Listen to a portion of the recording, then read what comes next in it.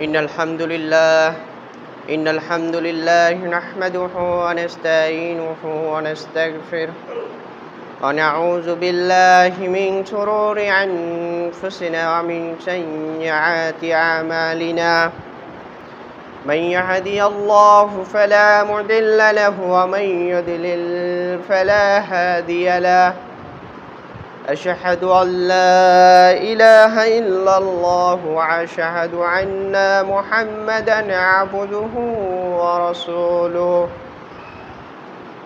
يا أيها الذين آمنوا اتقوا الله حق تقاته ولا تموتن إلا وأنتم مسلمون يا أيها الناس اتقوا ربكم الذي خلقكم من نفس واحدة وخلق منها زوجها وبث منهما رجالا كثيرا ونساء واتقوا الله الذي تسألون به والأرحم إن الله كان عليكم رقيبا يا أيها الذين آمنوا اتقوا الله وقولوا قولا سديدا يصلح أعمالكم ويغفر لكم ذنوبكم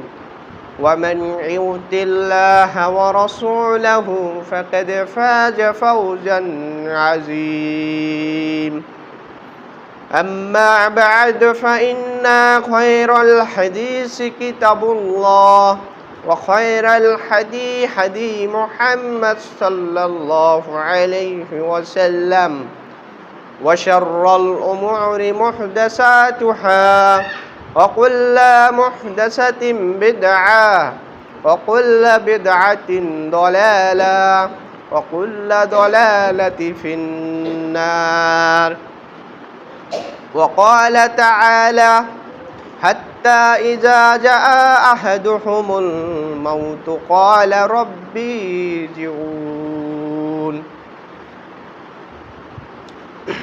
وقال النبي صلى الله عليه وسلم أكثروا من ذكر حملجات الموت যাবতীয় প্রশংসা সেই মহান রব্বুল আলামিনের, যার অশেষ কৃপায় হাজারো ব্যস্ততাকে উপেক্ষা করে হাজারো মানুষের মধ্য থেকে যাচাই এবং বাছাই করে আল্লাহ সুবহানাহু ওয়া তাআলা এই পবিত্র জুমার দিনে আমাদেরকে মসজিদে আসা, সালাত আদায় করা তৌফিক দান করেছেন। সেই মহান রব্বুল আলামিনের দরবারে তার শিখানো ভাষা দিয়ে প্রশংসা জ্ঞাপন করি। সবাই বলি আলহামদুলিল্লাহ। দরুদ এবং সালাম বর্ষিত হোক মুহাম্মদে আহমদ সাল্লাল্লাহু আলাইহি ওয়াসাল্লামের উপর। সংক্ষিপ্তভাবে দরুদ জ্ঞাপন করি, আল্লাহুম্মা সাল্লি আলাইহি আল্লাহুম্মা বারিক আলাইহি। আজকের জুমআর আলোচ্য বিষয়বস্তু হচ্ছে কবরের আযাব। এই কবরের আযাব সম্পর্কে একটি ব্যতিক্রমধর্মী আলোচনা আজকে শুনবো আমরা ইনশাআল্লাহুল আজিজ। আলোচনাটা খুবই গুরুত্বপূর্ণ ও স্পষ্টকাতর, যা প্রত্যেকটা ব্যক্তিকে শোনা অপরিহার্য বলে আমি মনে করি। কারণ মানুষের জীবনে যে তিনটি ধাপ আসে সবচেয়ে কঠিন এবং জটিল, তার মধ্যে একটি ধাপ হচ্ছে কবর।